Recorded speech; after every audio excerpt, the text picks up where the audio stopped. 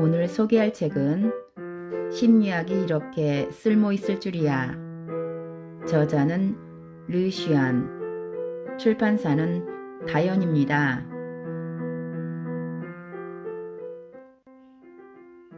좋은 습관은 기르기 어렵지만 생활에 도움을 주고, 나쁜 습관은 기르기 쉽지만 생활에 악영향을 준다.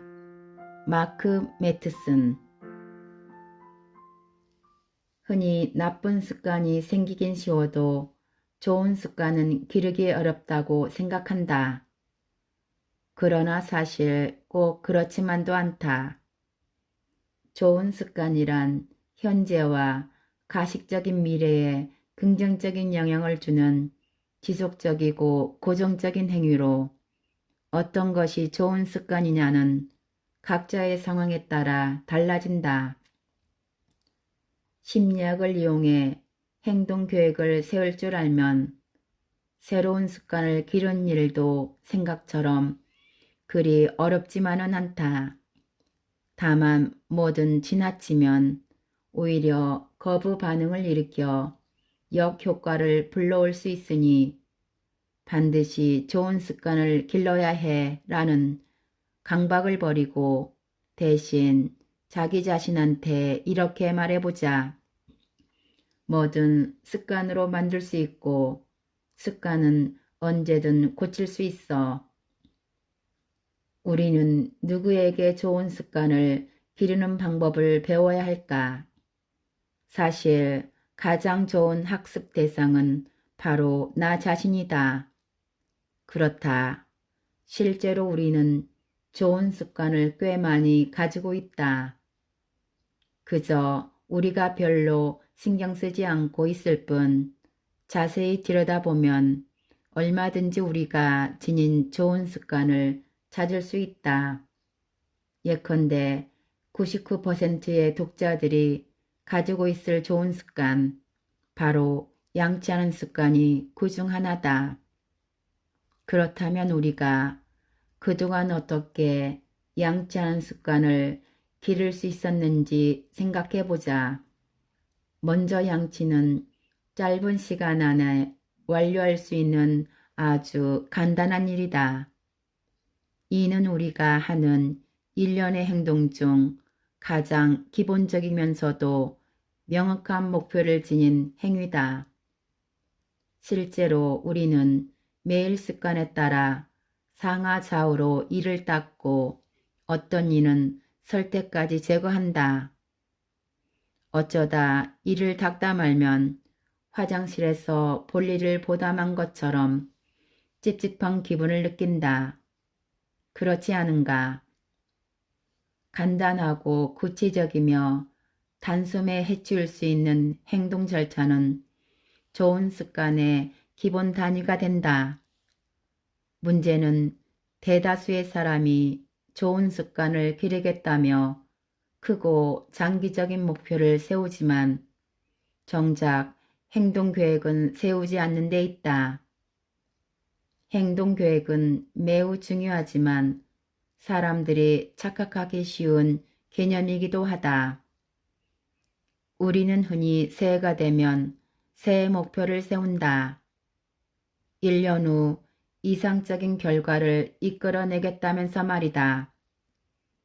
그러나 목표를 뒷받침할 행동계획이 수반되지 않는다면 이는 그저 바람에 그칠 뿐 바람으로는 습관을 기를 수 없다. 좋은 습관을 기르려면 먼저 자신이 기르고자 하는 습관을 가장 기본적인 행동 절차로 쪼개야 한다.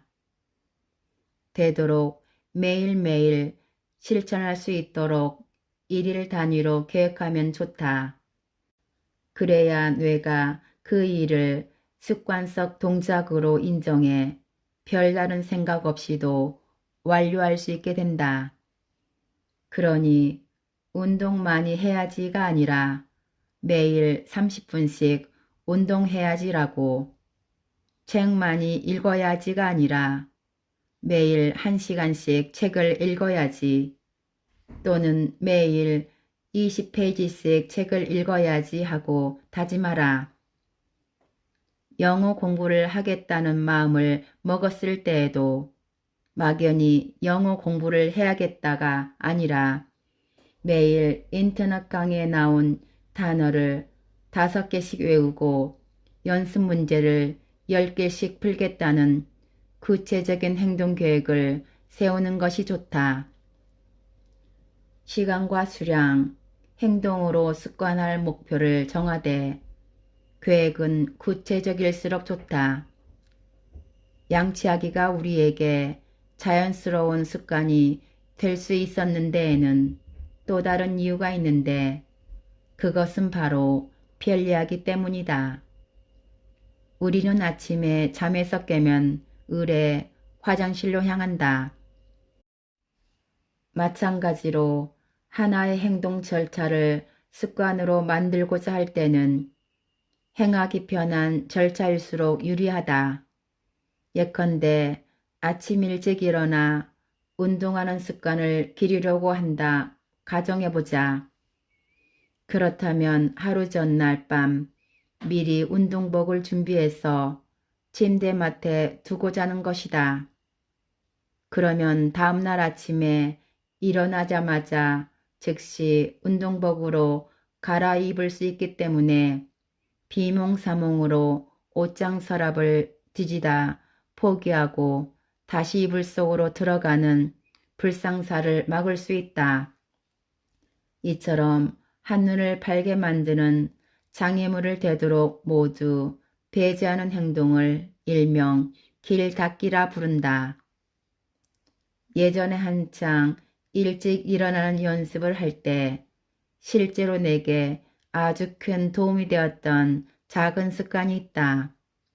바로 잠들기 전에 물 한 컵 떠다가 침대 옆 탁자에 놓아두는 것이다. 다음날 아침에 알람이 울리면 바로 손을 뻗어 그 물을 마심으로써 자연스레 잠을 쫓는 효과를 볼 수 있었는데 이렇게 행동 절차를 한결 수월하게 만드는 작은 습관을 나는 추진 행동이라 부른다.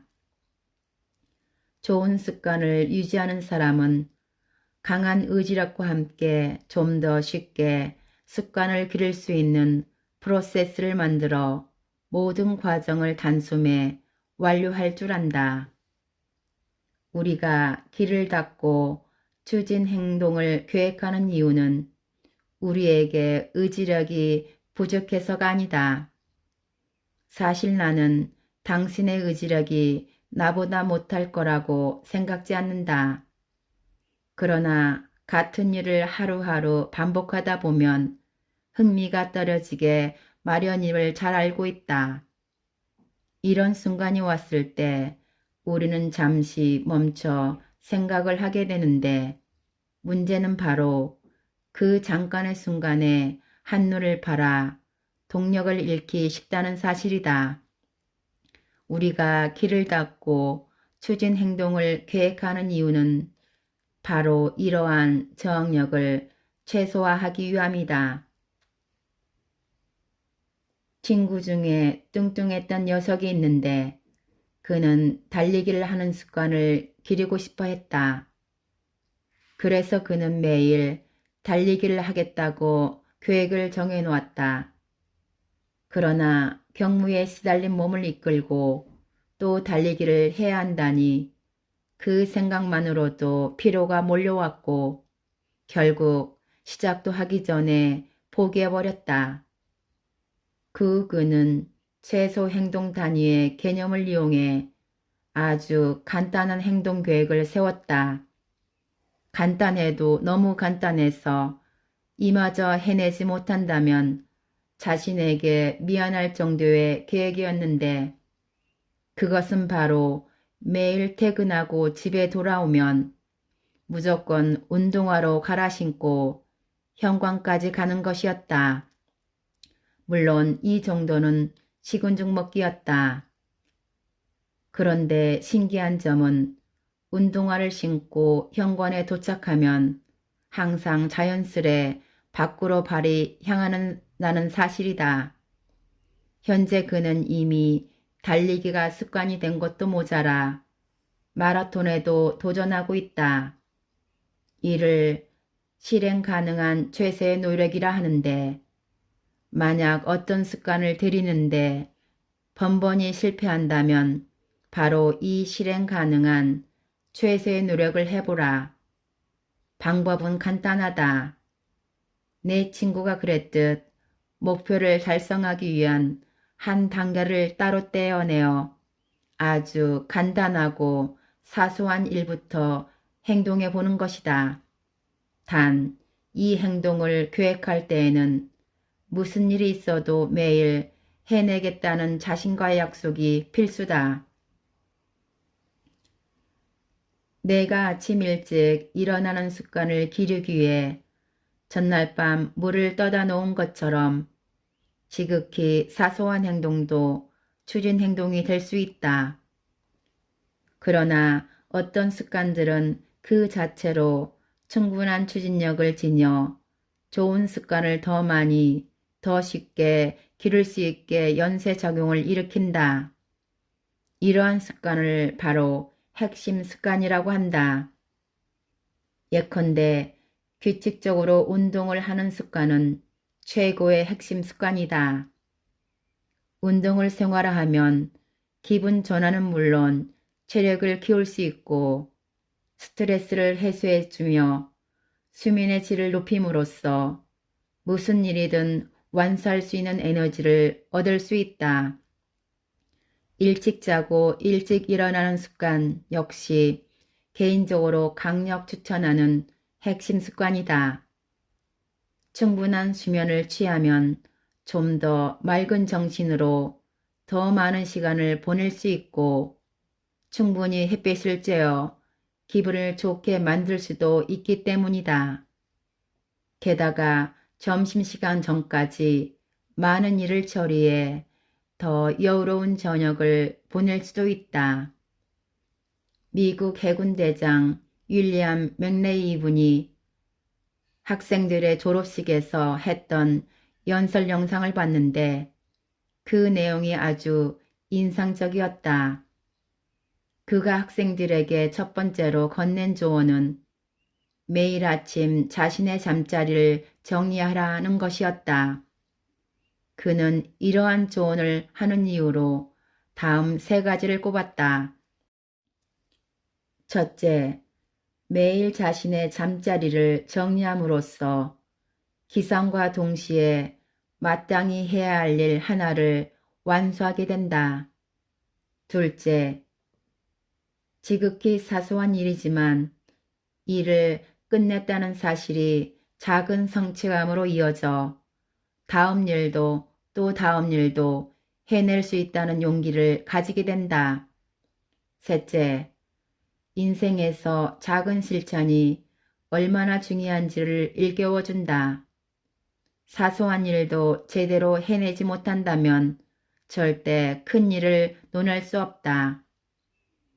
여러분이 최악의 하루를 보냈다 하더라도 집에 돌아와 말끔히 정돈되어 있는 그것도 자신이 직접 정리한 잠자리를 본다면 내일은 더 나은 하루가 될 거라는 위로를 받을 수 있을 것입니다.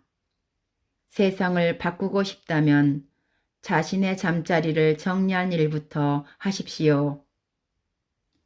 습관 쌓기로 기르기 어려운 습관도 있을 텐데 이럴 때는 어떻게 해야 할까요? 걱정할 것 없다. 아래의 방법이면 얼마든지 새로운 습관을 기를 수 있다. 영국 건강심리학 저널에 다음과 같은 연구가 게재된 적이 있다. 운동하는 습관을 기르는데 효과적인 방법을 알아보기 위해 진행된 연구였다. 연구진은 실험 연구 대상을 세 그룹으로 분류해 그룹별로 각각 다른 지령을 내렸다. 먼저 첫 번째 그룹에는 앞으로 2주 동안 시간을 내서 운동을 하고 그 시간을 기록하게 했다. 두 번째 그룹에는 앞으로 2주 동안 시간을 내서 운동을 하라고 하며 운동이 건강에 미치는 긍정적 효과에 대한 자료를 보여주었다. 마지막 세 번째 그룹에는 두 번째 그룹과 같은 지령과 건강 정보를 주고 다음과 같이 자신의 계획을 적도록 했다.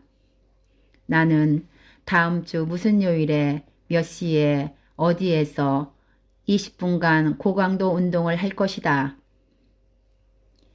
2주 후 연구진이 이 세 그룹의 사람들을 추적 조사한 결과 첫 번째 그룹에서 지난 한 주간 최소 한 번 이상 운동한 사람의 비율은 38%, 두 번째 그룹은 그보다 더 낮은 35%로 나타났다.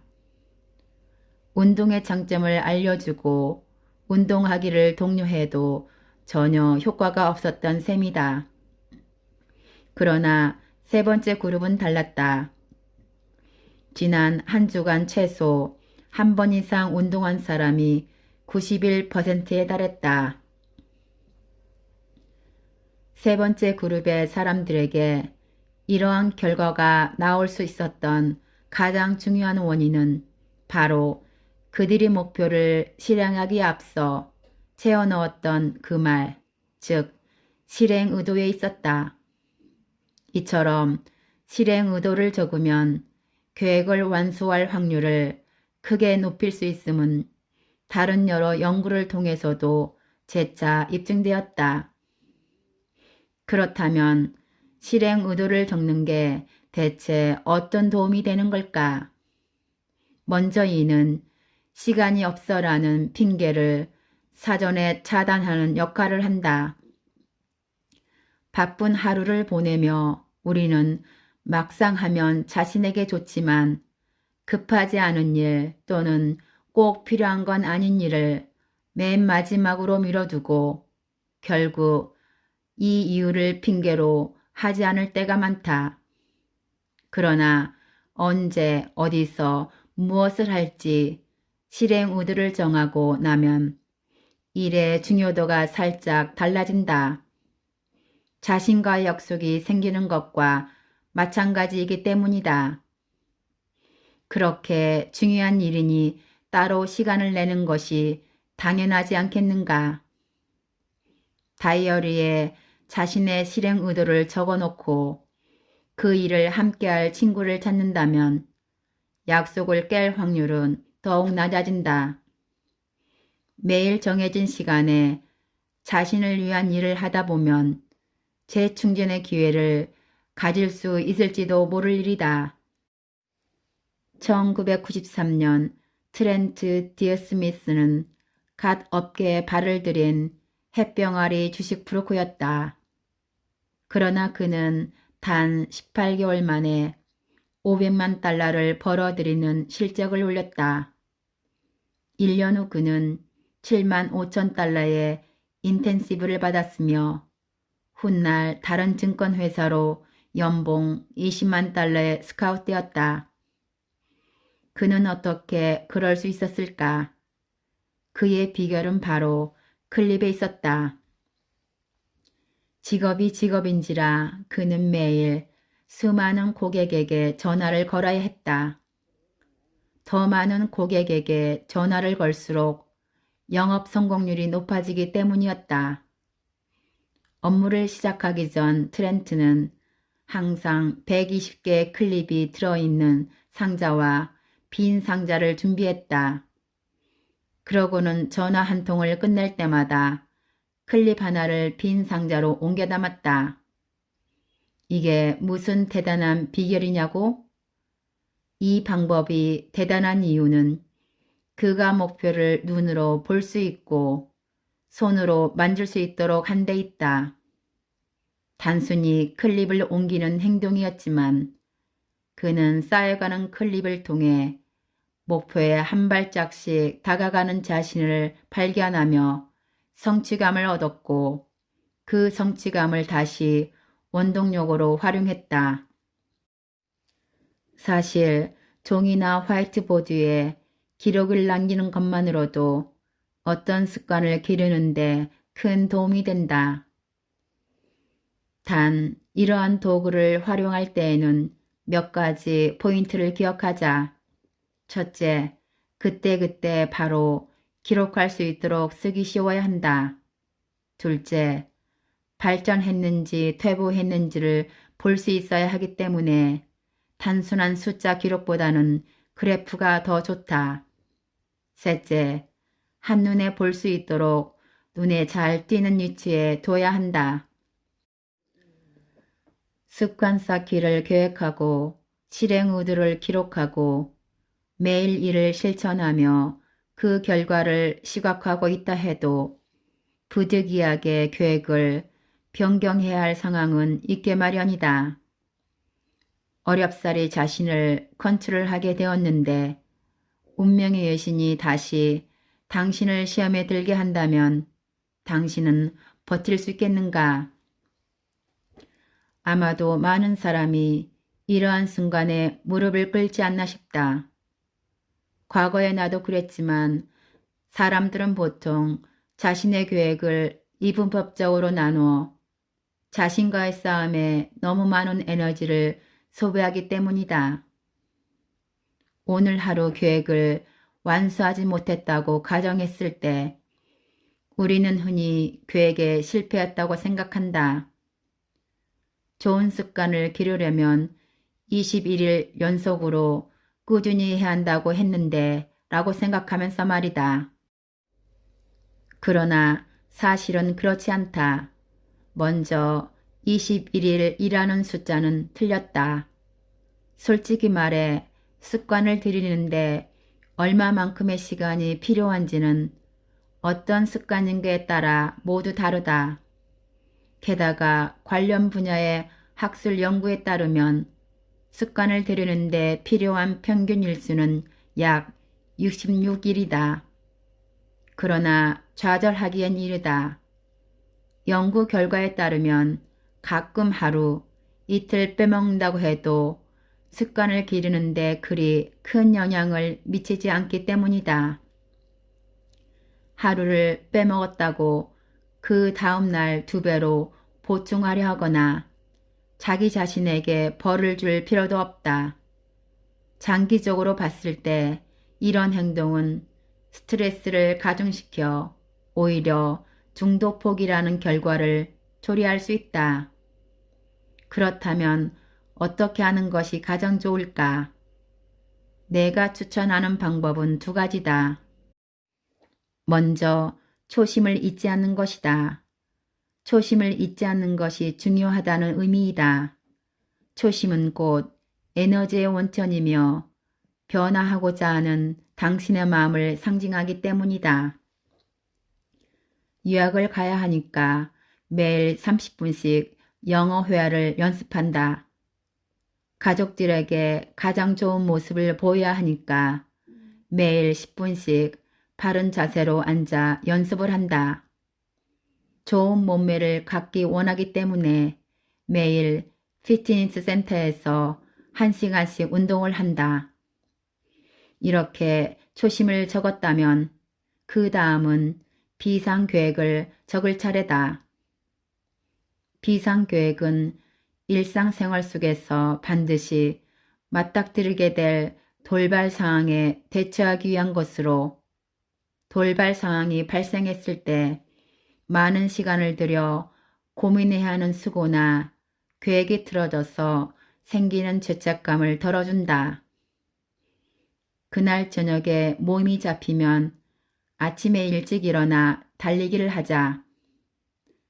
당일 야근을 해야 한다면 집에 돌아갈 땐 공공자전거를 이용하자.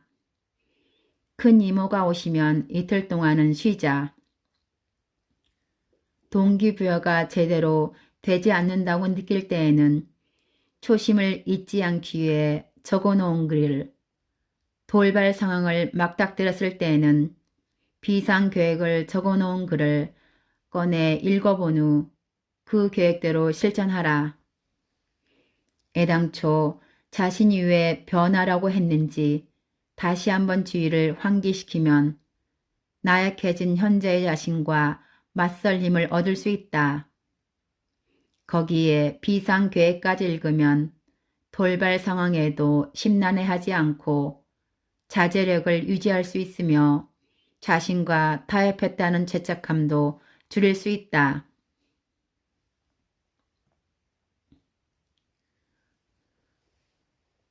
좀 더 쉽게 습관을 기를 수 있는 방법을 다시 짚어보자. 첫째, 목표를 가장 기본적인 행동 절차로 세분화한다. 둘째, 길을 닦아 좀 더 순조롭게 일을 진행할 수 있도록 한다. 셋째, 습관을 모듈화하여 차곡차곡 쌓는다. 넷째, 미리 실행 의도를 정한다. 다섯째, 시각적인 방법으로 성과를 기록한다. 여섯째, 초심을 잊지 말고 비상대책을 마련한다. 일곱째, 친구와 함께 도전한다. 장인이 일을 잘 하려면 연장부터 갈아야 한다라는 말이 있다. 이제 좋은 습관을 기르기 위한 연장 갈기는 끝났다. 이 연장들을 직접 움직여 계획을 세우고 실천할 차례다. 계획표를 작성했다면 자신의 서명으로 일을 공식화하라. 그 다음은 오로지 당신이 하기에 달려있다.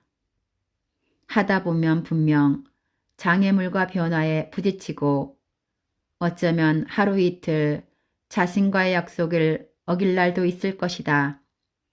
그러니 작은 조정을 하더라도 지속성을 유지할 방법을 찾는 것이 무엇보다 중요하다는 사실을 잊지 말자. 부디 2, 3개월 후 어느 날 피트니스 센터에서 땀을 흘리다 혹은 책꽂이 정리를 하다 무심코 바라본 거울 속에서 자신도 모르는 사이 부쩍 달라진 모습을 발견할 수 있기를. 일부러 노력해야 했던 일들이 자연스러운 일상의 한 부분이 되어 있기를 바란다. 그렇게 된다면 나는 당신에게 아낌없는 축하를 보낼 것이다. 올바른 방법으로 당신이 자신과의 싸움에서 승리했다는 뜻이니 말이다. 지금까지 심리학이 이렇게 쓸모있을 줄이야에서 일부 발췌하여 읽어드렸습니다. 감사합니다.